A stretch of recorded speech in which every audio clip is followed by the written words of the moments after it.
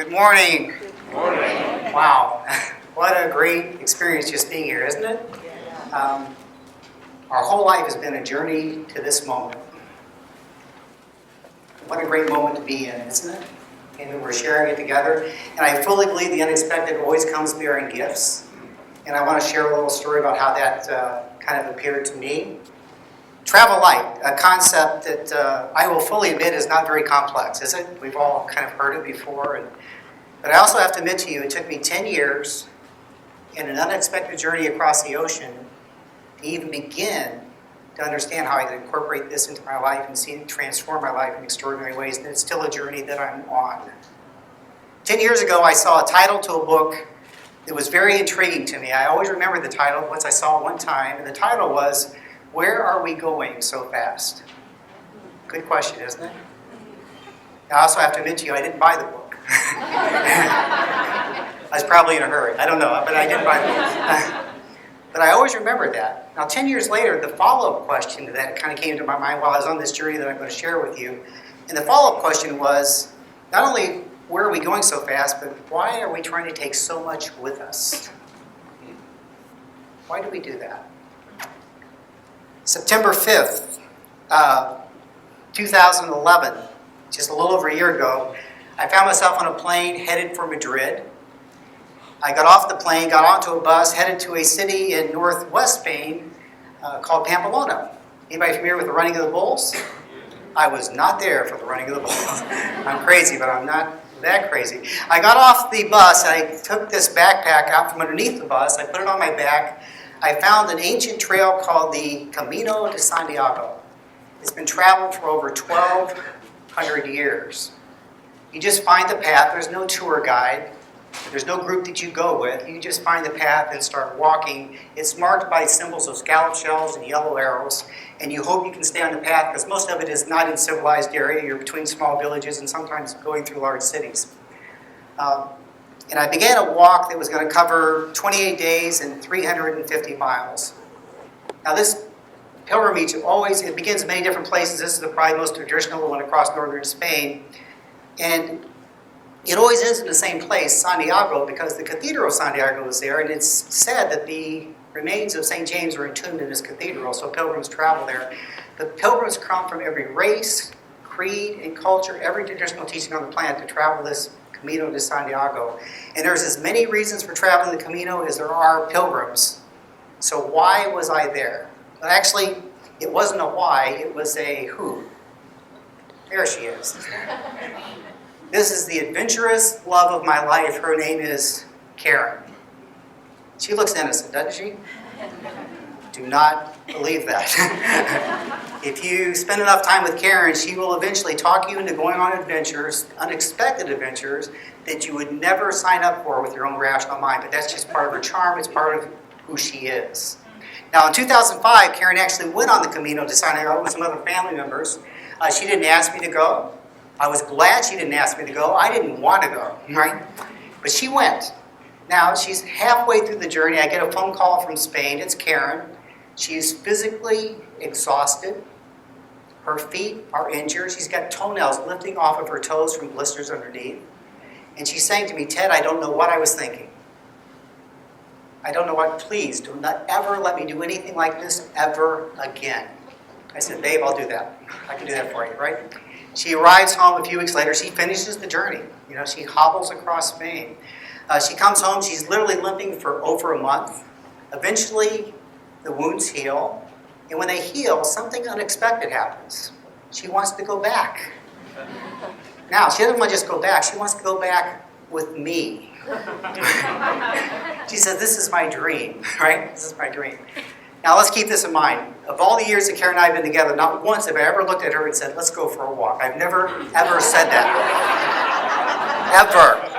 So what in our history would make her think? But anyway, and I tell you what, I didn't say yes right away because I wasn't going to sign up for something that just didn't feel right to me. I knew this thing was physically grueling, and I don't put myself in the way of physically grueling voluntarily.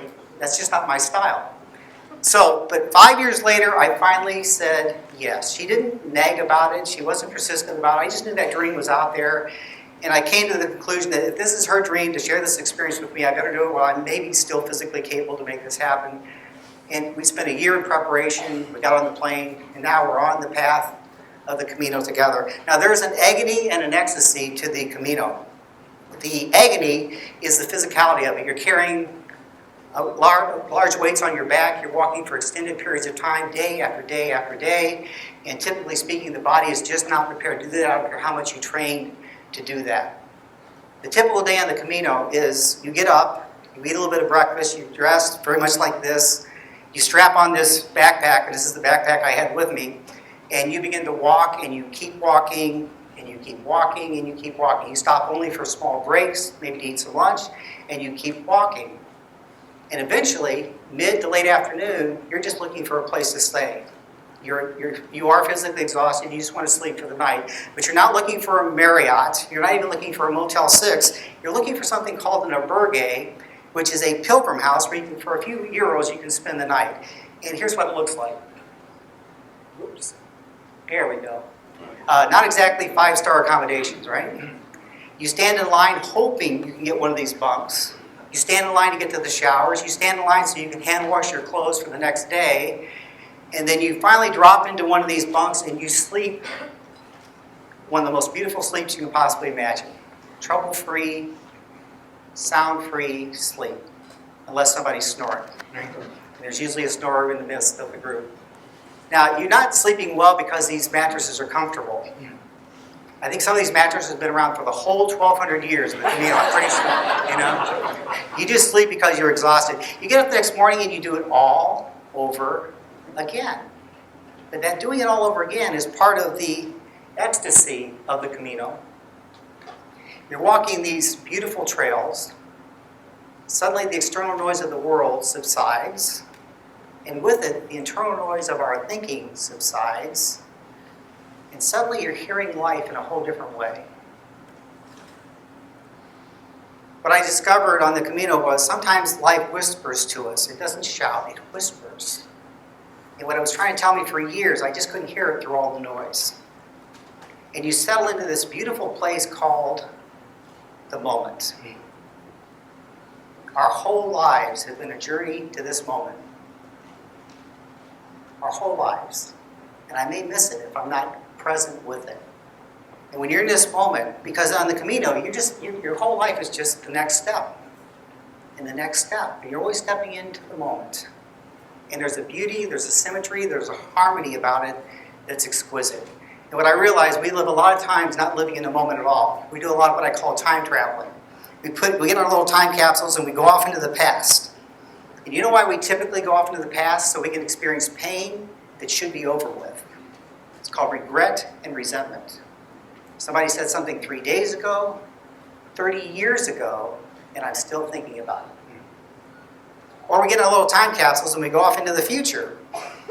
And the reason the human being typically goes off into the future is to experience pain that doesn't even exist yet. It's called worry.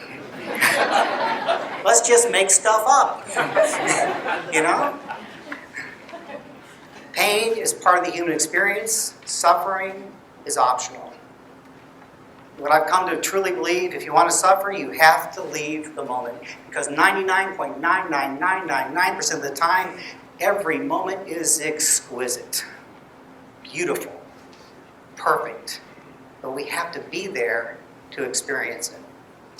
Now the message went on about travel light, because it was travel light mentally at first. I just got so comfortable being where I was. Just being where I was. And I'm still trying to hold on to that as I journey back into what we call civilization, everyday life. And I'm finding it's very, very doable. It's very, very possible. But the message went on. Travel light emotionally. I'm sorry. Let me go back. Travel light materially. Karen had been on this trip before. So we knew when you go on the Camino, only carry what's essential. But the problem is, what's essential? Seems like everything you pick up, well, that doesn't weigh much. We'll put that in there. Next thing you pick, that doesn't weigh much. We put that in there. And part of the challenge is we've been taught that everything is essential. The newest gadget, the newest thing, whatever it is, it's not just a luxury, it's essential. So we got over there. We were carrying a lot of weight on our backs. Just a couple of days in, we met a gentleman from South Africa. The beauty of the Camino is you see these people from all over the world. You don't travel together, but you eat together, you talk, you eat dinner together. And he was on his 4th Camino. He said the Camino had changed his life. He said he was a businessman. He said I couldn't get worry out of my head. He said the Camino cleared my mind. He said I come back here, replenish the well, and re-clear my thinking periodically. Now, what was interesting about this gentleman was he was 6'2". His backpack was half the size of this.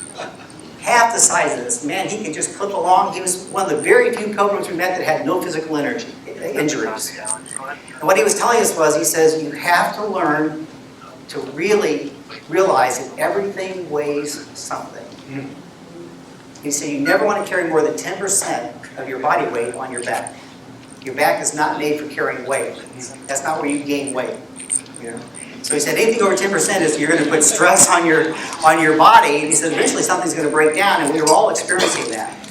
So the next day, I'm getting up and I'm putting on this backpack. And I had seen a movie called Up in the Air with George Clooney. Everybody ever seen that movie? His character in this movie asked an interesting question. The question was, how much does your life weigh?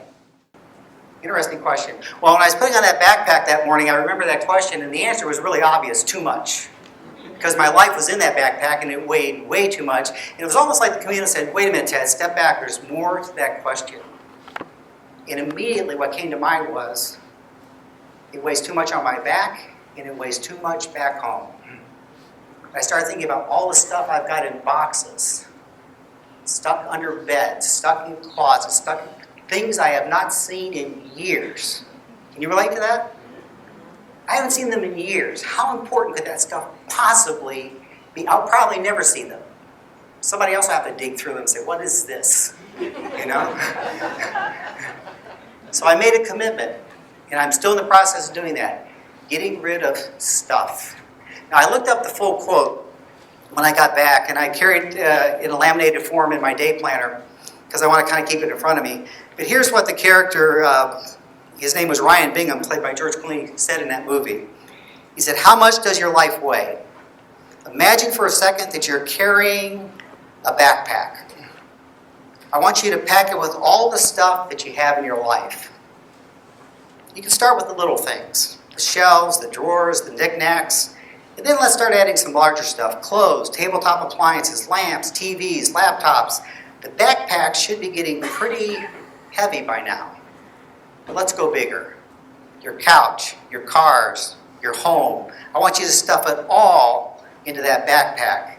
Now tell me, how much does your life weigh? My answer was too much. Everything weighs something. We don't get to bring anything into our life for free, folks. We have to finance it. It weighs financially, it weighs physically, it weighs psychologically, and it weighs emotionally. And I'm telling you, the idea of just releasing stuff in your life is extraordinary. Extraordinary. We think it's just there, but it's not just there. It's there weighing us down. I'm not saying get rid of everything you own. I'm just saying, what do I have that's not really adding to the quality of my life? And if it's not adding to the quality of my life, why would I keep it? Maybe someone else can add to the quality of somebody else's life. Coco Chanel, the famous fashion designer who was known for these beautiful, elegant designs, made an interesting comment one time. She said, elegance is refusal. Isn't that great? She said, what makes my designs elegant is what I refuse to keep adding to them. What makes a room elegant is what we refuse to keep adding to it. And if it's true of a fashion design, if it's true of a room, it's probably true of a life. They tell you two of the qualities of elegance is beauty and simplicity. If I want a sense of beauty and simplicity in my life, maybe I need to refuse to keep adding things into my life. The message went on. Travel light, emotionally. There's a saying on the Camino, a tourist complains, a pilgrim is grateful. And I can't even tell you how true that is. You're grateful for every little thing on the Camino. Every taste of food tasted like it came from a 5-star restaurant. I don't care if it's just a hunk of salami and a stale piece of bread. It tasted amazing. Every little breeze on a hot day. And the temperatures on the Camino, for us, we traveled in September, ranged from over 100 on some days to the mid-30s on other days. So sometimes you're just grateful for gloves to put on your hands while you were walking. Everything was wonderful. But there was one pilgrim that took this to a whole different level. I call him the joyful pilgrim from Chile. I want to show you his picture. There he is. That's the guy. Okay? I never seen that guy without that smile. Ever. He would be pointing at the sun and just smiling. Next day, he might be pointing at the rain and smiling. He didn't speak any English. The only time I ever heard him say any English was when somebody said it's going to rain the next day. He broke into a beautiful rendition of Singing in the Rain by Gene Kelly. Just belting it out. Now you can't see this, but he was traveling the Camino in sandals. His feet were brutally injured, but he never stopped it. It was not unusual to see his wife tending to his wounds along the side of the path as you're walking by. And as she was tending to his wounds, he never lost a smile. Ever. He taught me that pain can be overcome by joy. He taught me that it's impossible to feel blessed and stressed at the same time. And he just chose blessed every moment of his existence when I saw him. I'm very grateful to the joyful pilgrim from Chile. But the message went one step further. Travel light in spirit. Small village, a Sunday morning. On Sunday morning, nobody's around in these villages. Karen and I were sitting at a small bench just trying to get some water, taking a morning break. There was another gentleman who was sitting down across the road from us. And suddenly we saw him get up and start coming toward us. And I thought maybe he needed something. But the interesting thing was when he got up, he didn't straighten up. He had two canes. And when he got up, he was like this. And he walked like this. And it took him a long time to come across this road from down the road to our side. And I thought maybe he needed something. So when he got there, I just kind of leaned over and smiled. But when he got to us, he just looked up. He held one cane up and he said, "Buen Camino." That was the greeting of the Camino. Enjoy the journey. Have a good Camino. And then he turned and walked away. He said, "Buen Camino." He did all that to say "Buen Camino" to two people he would never see the rest of his life. I want to show you the picture of this gentleman. You kind of see him in the shadows there as he is walking away. He's taught me to look up. Look people in the eye. Give them a smile. Give them a word of encouragement. It may be the only smile they'll get that day. It may be the smile that gets them through the day. The beautiful bent man with the uplifting spirit. So to Karen, the adventurous love of my life, who took me on an unexpected journey that was everything I never knew I wanted, I want to say Buen Camino. To the joyful pilgrim from Chile with the ever grateful heart, I just want to say Buen Camino. To the beautiful bent man with the uplifting spirit, I just want to say Buen Camino. The Camino was very patient. It took 28 days, 350 miles to teach me. Finally, I just want to say to you, my fellow pilgrims on this Camino of life, let's enjoy the journey. Let's travel light. Let's enjoy the moment. Buen Camino. Thank you very much. Thank you.